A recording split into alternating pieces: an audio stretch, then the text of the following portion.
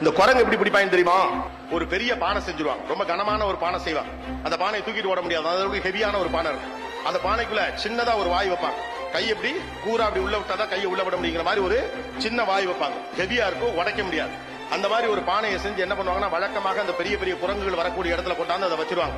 வக்கையில என்ன பண்ணி போடுவாங்க, உள்ள கடல மிட்டாயி, எள்ளு உருண்டை, முறுக்கு, சீடை அப்படின்னு மணக்கக்கூடிய அந்த மனம் வீசக்கூடிய தின்பண்டங்கள் எல்லாத்தையும் உள்ள போட்டுவாங்க.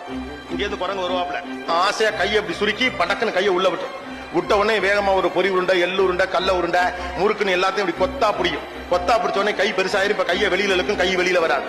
கையே வெளியில வராது, கத்துன்னு கட்டும். காலால எட்டி உதவி சரி இழுத்துக்கிட்டு ஓடிடலான்ட்டு போறாது. அப்படியே அந்த பானை இழுக்க ட்ரை பண்ணி பானை இழுத்துட்டு ஓட முடியாதுன்னா பானை வெயிட்டா செஞ்சிருப்பாங்க. உடைச்சிடலான்னு பார்த்தா பானையை பலமா செஞ்சிருப்பாங்க. பாவப்பட்ட அந்த குரங்குக்கு கையில இருக்கிற தேவையில்லாத அந்த பொறி உருண்டையும் கல்ல உருண்டையும் விட்டுட்டா கை சின்னதாயிரும், வெளியே வந்துரும். கை வெளியில வந்தா நாம பொழைச்சுக்கலான்னு தெரியாது. யாருக்கு தெரியாது? குரங்குக்கு தெரியாது. தேவையில்லாததை விட்டுட்டா பொழைச்சுக்கலாங்கிறது குரங்குக்கு தெரியாது. புரிஞ்சவன் புரிஞ்சுக்கு, அவ்வளவு. அட்வைஸ் எல்லாம் கிடையாது.